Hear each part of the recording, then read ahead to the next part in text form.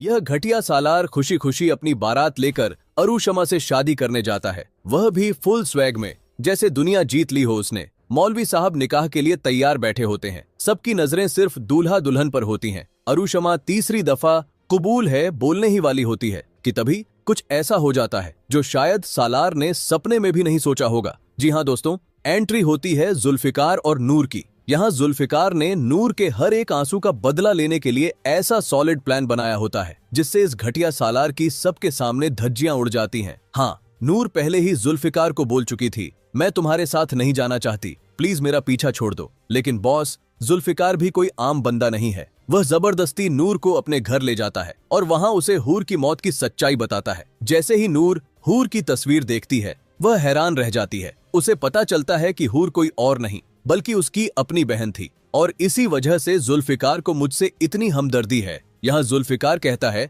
मैं सालार को इतनी आसानी से नहीं छोड़ूंगा, वह दूसरी शादी करे या तीसरी, मुझे फर्क नहीं पड़ता, वैसे भी वह तुम्हें डिजर्व ही नहीं करता, लेकिन तुम्हारे हर एक आंसू का हिसाब देना पड़ेगा उसे। नूर घबरा कर बोलती है, वह बहुत शातिर है, इतनी आसानी से तुम्हारे जाल में नहीं फंसेगा। जुल्फिकार हल्का सा मुस्कुराकर कहता है, अगर वह शातिर है तो मैं भी कोई बच्चा नहीं हूँ, मेरे पास एक जबरदस्त प्लान है, पर उसमें मुझे तुम्हारी मदद चाहिए होगी। थोड़ी देर के लिए नूर सोचती है, फिर वह जुल्फिकार का साथ देने के लिए तैयार हो जाती है और फिर गेम शुरू होता है। इधर सालार नूर के पास आता है और बोलता है, सच में कमाल की एक्टिंग की है तुमने। मॉम को जरा सा भी शक नहीं हुआ कि तुम्हें टॉर्चर करते हुए ये सब मैं करवा रहा हूँ, वो भी अपनी मर्जी से। मैं तुम जैसी लड़की को पहले दिन से पसंद ही नहीं करता, मैंने कभी तुम्हें अपनी बीवी माना ही नहीं। वह आगे बोलता है, मैंने तुम्हारा यूज करके मॉम के सामने खुद को इनोसेंट प्रूव किया और फिर अब अरुषमा से धूमधाम से शादी करूंगा। लेकिन बेचारा यह नहीं जानता होता कि नूर जुल्फिकार के कहने पर सालार की हर बकवास बात अपने फोन में सीक्रेटली रिकॉर्ड कर रही होती है।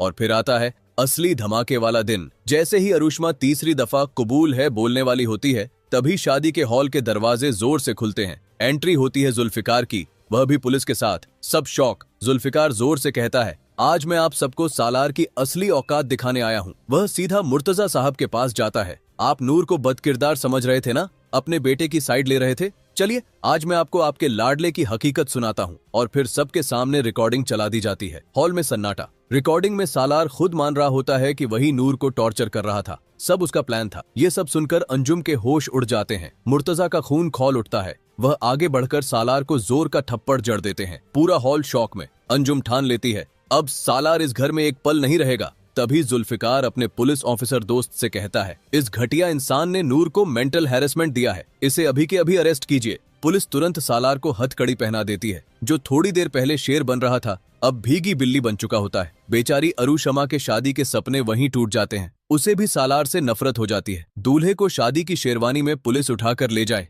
इससे बड़ी बेइज्जती क्या होगी भाई। अब सवाल ये है दोस्तों, क्या अंजुम सच सामने आने के बाद नूर से माफी मांगेगी? क्या वह उसे घर में रोक पाएगी या फिर खुद खुशी खुशी उसका हाथ जुल्फिकार के हाथ में दे देगी? और सबसे बड़ा सवाल, क्या सालार जेल की चक्की पीसने के बाद सुधर जाएगा या फिर बदला लेने के लिए और भी खतरनाक बनकर लौटेगा? अगर आप भी चाहते हो कि इस घटिया सालार को उसके की सजा मिले तो कमेंट करो, इस सालार को सीधा जेल होनी चाहिए। और वीडियो को लाइक करना और चैनल को सब्सक्राइब करना ना भूलना।